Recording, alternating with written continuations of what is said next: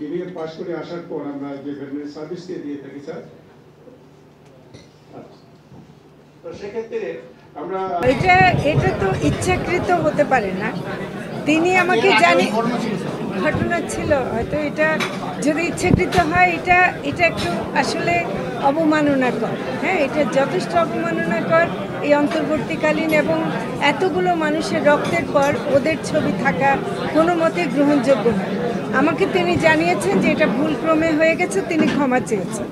কাজে আমি বলবো যে সেটা ভুলক্রমে হয়েছে বলেই জেনেছি এবং উনি ক্ষমা চেয়েছেন, ফলে আমি তার ক্ষমাটাকে আপনাদের কাছে আমাদের প্রেজেন্টেশনে দেন নাই কখনো কারা ওই যে ছবি নেন না, ওই সময় পাশে ছিল সেইটুকু আসছে। ওটা উনি প্রেজেন্টেশনের মূল স্লাইডে আসেনি, কোন ছবি অন্য ছবি যুক্ত করে না, ওইটা তুলতে গিয়ে ওটা একটা কর্নার, তাই না? উনি প্রেজেন্ট উনি ওইটা পাবেন নাই।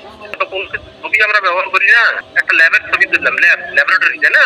জি জি জি, তখন ওইটা তখন উপরে ছিল, ওইটা নিয়ে একটা কর্নার আসে।